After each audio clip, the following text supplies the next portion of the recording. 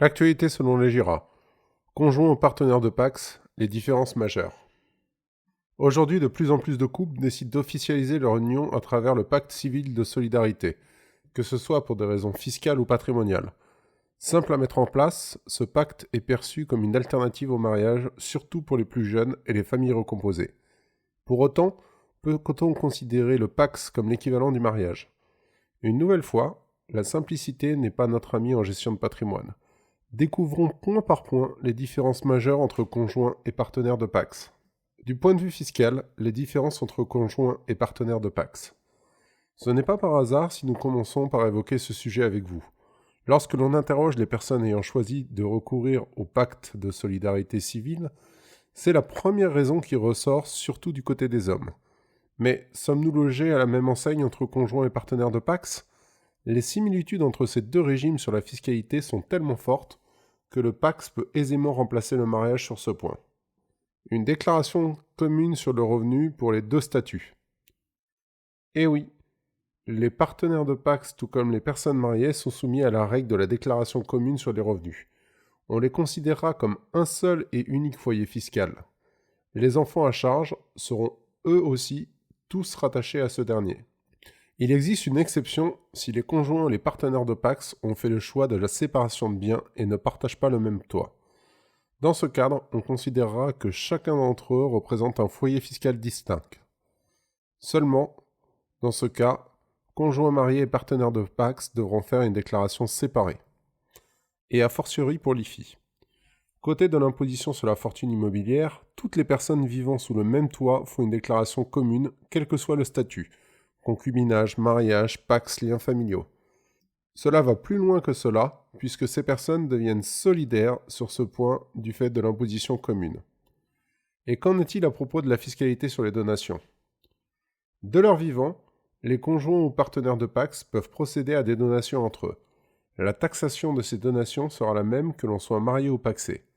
Un abattement est prévu par la loi de 80 724 €. Les sommes excédant ce montant sont soumises à une taxation au barème progressif des droits de mutation à titre gratuit, pouvant aller jusqu'à 45% d'imposition. Une nuance importante existe tout de même. Autant pour les couples mariés, la donation est acquise de manière certaine au jour de cette dernière, ce n'est pas le cas pour des partenaires de Pacs. Il existe une condition de durée minimale de Pacs de 2 ans pour qu'elle soit validée définitivement. Dans le cas où cette durée n'est pas respectée, la fiscalité dérogatoire de la donation est remise en cause, faisant passer à 60% les droits de mutation. Seules les ruptures pour mariage ou décès d'un ou des deux partenaires de Pacs pendant les 2 ans ne remettent pas en cause les mécanismes de faveur. Pour finir, la fiscalité sur les successions. Depuis la loi TEPA, les conjoints et partenaires de Pacs sont totalement exonérés de droits de succession.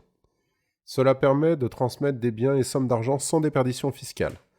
Attention tout de même car la différence entre les deux statuts se fera au niveau civil.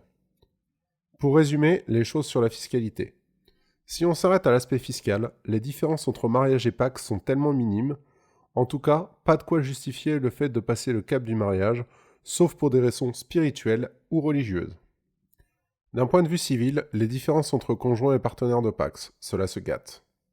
Autant la doctrine fiscale a évolué vers une uniformisation des unions entre mariage et Pacs, ce n'est pas le cas d'un point de vue civil. De grandes disparités existent entre les deux régimes, rendant le partenaire de Pacs peu protégé par la loi. D'un point de vue du formalisme, le contrat de mariage exige que les époux passent par un expert du droit pour le rédiger, avocat ou notaire. Ce n'est pas le cas de la convention de Pacs. Vous pouvez rédiger vous-même avant de la faire enregistrer au tribunal d'instance dont vous dépendez. L'union entre personnes de même sexe est autorisée quel que soit le régime. Depuis la loi sur le mariage pour tous, le mariage civil est ouvert entre homosexuels ayant choisi de vivre pleinement leur amour. Le PACS offre toujours une possibilité supplémentaire en termes d'union de personnes du même sexe. On peut se paxer entre frères et sœurs sous certaines conditions. L'absence de communauté en cas de PACS. Le mariage permet une grande diversité de choix à travers le régime matrimonial. Les époux peuvent unir leur sort en matière matrimoniale à travers la communauté, ce qui est purement impossible pour des partenaires de PACS. La convention de Pacs ne prévoit que des régimes séparatistes, avec la séparation de biens ou le régime de l'indivision. Une disparité sur l'unité de la famille. Les vies sont de moins en moins linéaires. Le nombre de familles recomposées ne cesse de grandir d'année en année. Et il n'est pas rare de se retrouver vivant maritalement avec des enfants qui ne sont pas les siens, appelés juridiquement parlant enfants d'un premier lit. En termes de succession, cela revêt une importance majeure. On peut les aimer comme ses propres enfants, mais en termes de droit, seule l'adoption, qu'elle soit simple ou plénière, peut rétablir l'équité entre tous les héritiers. Les règles d'adoption sont très restrictives côté partenaire de Pacs. L'adoption conjointe d'un enfant est impossible pour des partenaires de Pacs. Seul l'un des deux époux peut adopter. L'adoption simple d'un enfant du partenaire est possible uniquement si l'enfant est majeur. Attention, car cette adoption aura uniquement des portées civiles, statut d'héritier réservataire. Côté de la fiscalité, il sera considéré comme un tiers vis-à-vis de la succession ou de donation, taxation à hauteur de 60% des montants transmis, sauf si l'adoptant peut prouver s'être occupé de l'adopté pendant une période de 5 ou 10 ans selon le cas. Pour les personnes mariées, il n'existe aucune restriction civile ou fiscale à l'adoption conjointe simple ou plénière. La simplicité déconcertante de la rupture de Pacs. En cas de séparation, la dissolution du Pacs est aussi simple que la conclusion d'un Pacs. Une simple notification par voie d'huissier suffit pour rompre l'union, même si elle n'est demandée que par un seul des partenaires. Et dans ce cas, chacun repart comme chez soi, comme si de rien n'était. Il peut résider des sujets en termes d'indivision sur des biens qui nécessitent que les ex-partenaires de Pacs continuent à s'entendre. Pour le reste, la loi ne prévoit aucune prestation compensatoire pour résorber la perte de train de vie d'un ou deux partenaires contrairement au mariage. Cet argument séduit très souvent les personnes qui ont déjà connu le traumatisme financier d'un divorce. Au-delà de cette différence, la procédure de divorce est bien plus complexe qu'une notification d'huissier et surtout nécessite l'accord des deux époux. Et oui, on ne peut pas forcer un conjoint à divorcer contre son gré. La loi met en place une procédure simplifiée pour consentement mutuel si les époux sont d'accord sur l'intégralité des conditions de dissolution. Cela limite grandement la portée de ce dispositif. Une grande disparité en termes de droit de succession. C'est en matière de succession que l'on apprécie la portée et le côté protecteur du mariage. Un droit précaire sur le logement pour le Pacs. Il existe un droit sur le logement familial, sur la résidence principale, qui pourrait continuer d'être habité à titre gratuit par le partenaire ou le conjoint survivant d'une durée de 1 an.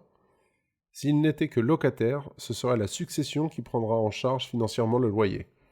Autant ce droit est d'ordre public dans le cas d'un conjoint survivant, on ne peut donc pas lui retirer de quelque façon que ce soit. Ce n'est pas le cas du partenaire de Pacs, qui peut se voir déposséder ce droit par le biais d'un testament. Le conjoint possède en plus de cela un droit au logement à titre viager. Ce droit, d'ordre privé, peut être annulé par le biais d'un testament. Sauf testament, le partenaire de Pacs n'a aucune prérogative sur le patrimoine du défunt. Et oui, même s'il est exonéré de droit de succession comme le conjoint, le partenaire de Pacs ne reçoit rien de la part du défunt sauf disposition testamentaire. Il n'aura donc jamais le caractère d'héritier, même en l'absence d'enfants ou de parents survivants. Au mieux, le partenaire de Pacs pourra se voir attribuer l'intégralité de la quotité disponible de la succession. Le mariage prévoit des droits spécifiques sur la succession, même en absence de disposition. Choix entre un quart du patrimoine en pleine propriété ou la totalité en usufruit. Ces droits sont renforcés en l'absence d'enfants puisque le conjoint prend le statut d'héritier réservataire. La puissance des avantages matrimoniaux lors de la succession. Les époux peuvent prévoir dans un contrat de mariage des avantages matrimoniaux permettant aux conjoints survivants de posséder des droits privilégiés en cas de décès de l'un d'entre eux. Ces droits s'appellent avantages matrimoniaux. Ils peuvent aller dans le cadre de la communauté universelle jusqu'à l'attribution intégrale des biens aux conjoints survivants, sans que les enfants, s'ils sont communs ou adoptés, ne peuvent s'y opposer. Les similitudes de vie commune, devoir de fidélité, devoir d'assistance et aide matérielle. Sur tous ces points, les obligations entre le Pacs et le mariage sont les mêmes. Les évolutions successives du Code civil rendent ces deux régimes très similaires finalement en cas de vie, notamment sur l'obligation de vie commune à travers la résidence commune et l'assistance réciproque.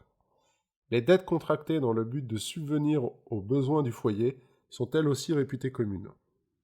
Comment savoir avec certitude si une personne est mariée ou pacsée ? Le pacte, tout comme le mariage, modifie l'état civil d'une personne.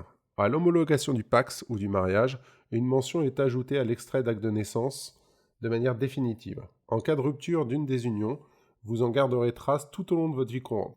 Sur le plan social, les différences entre conjoints et partenaires de Pacs. Pour finir, sur les aspects sociaux, il existe des disparités entre le mariage et Pacs. Son expression la plus flagrante se situe dans la pension de réversion. Les prestations sociales identiques que l'on soit marié ou pacsé.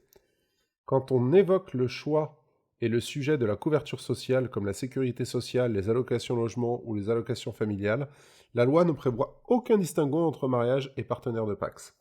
Les époux ou partenaires possèdent exactement les mêmes avantages. Le bas blesse pour la portion de réversion. C'est une nouvelle fois en cas de décès que la différence se fait entre conjoint et partenaire de PACS. Le partenaire de PACS ne peut prétendre à aucune réversion sur les droits de pension retraite du défunt. Les conjoints successifs peuvent prétendre à faire valoir des droits au prorata temporis de la durée de mariage sous certaines conditions. Les anciens époux doivent avoir plus de 55 ans. Les anciens époux ne doivent pas dépasser un plafond de revenus. Chacun des époux doit faire la demande pour percevoir la pension de réversion. Elle n'est pas automatique. Une grande inégalité entre PACS et mariage en termes de protection. En cas de vie, il existe peu de différence entre le mariage et le PACS, que ce soit sur le plan fiscal ou en termes de prestations sociales. La différence se fait en cas de décès, où le mariage revêt un caractère extrêmement protecteur. Pour cette raison, nous ne pouvons que vous conseiller aux réfractaires de vous marier tout de même à vos vieux jours. Souvenez-vous qu'il n'y a pas d'âge pour se marier. Mariage plus vieux égale mariage heureux.